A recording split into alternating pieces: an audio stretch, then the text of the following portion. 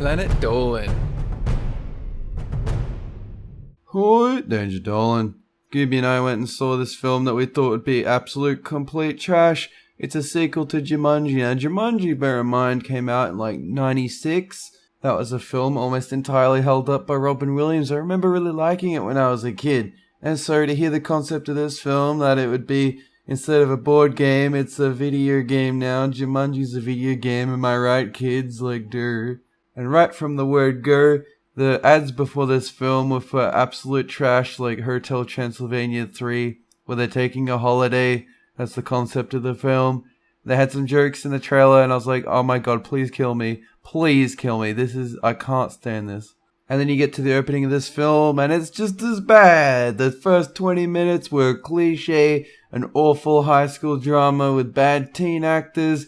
One of the main characters is an Instagram tween who can't put down her phone. You have the nerd, you have the jock, you have the geeky, reluctant girl, and the cheesiest plot ever, which is of the Jumanji board game literally transforming into an Atari video game. So hip, am I right? All the humor in the first 20 minutes was just cringy bad. Gooby and I were literally just about to walk out. I leaned over Gooby and like, I'm about to head off because this is just the worst thing I've ever seen. Jumanji. You pick a character and you're that person in the game. Which one do I pick? I don't think it matters that much. Moose Finbar. Sounds like a badass. I'll be the curvy genius. But then once the events inside the Jumanji game happen, it's like everything changes.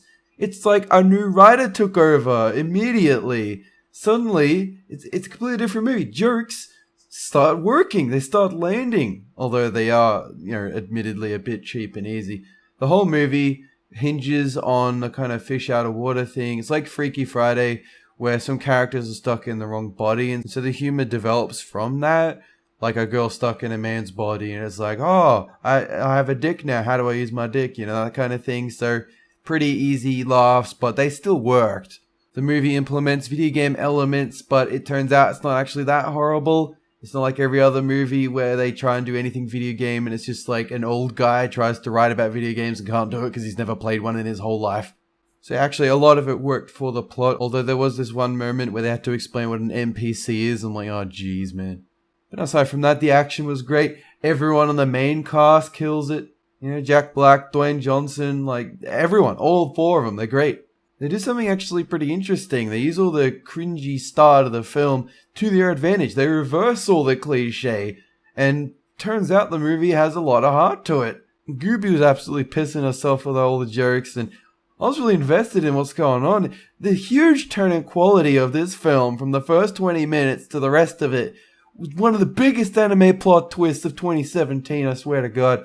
There's this kiss scene near the end that was just perfect. It's like a little kid stuck in a man's body, and the way they do it is just great. You can imagine it. Me just describing it like that, you can imagine what goes on there. So I did some research to find out what the fuck happened with this film. It turns out the director is Jake Kasdan.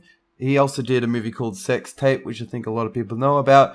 This guy's actually the son of Lawrence Kasdan, from Star Wars, Indiana Jones. So that explains why the directing was so good. Now, the writer for the film was actually just a bunch of randoms from a writer's room, which is fine because, nothing's really going on with the plot. It's just a standard get the thing affair.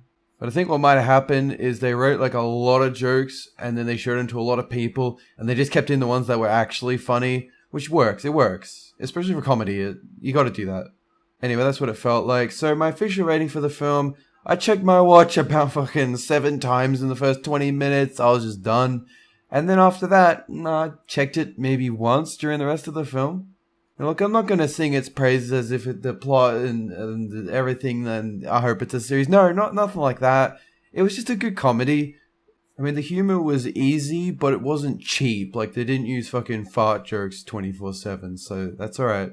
If you ask me for a recommendation to see the film, it's probably really good to take your kids to see. Like, if you have a choice between this and something like Hotel Transylvania or the Emoji Movie or fucking Minions, like, I'd pick this one. It's tolerable as an adult. I'm pretty sure the kids will get it. There are a lot of people in the audience who are like teenagers and they would just fucking cackling like anything. They loved it. If you just want a pretty good comedy, this is good. Which is really surprising. I thought this was going to be absolute fucking garbage. Turns out, it's alright.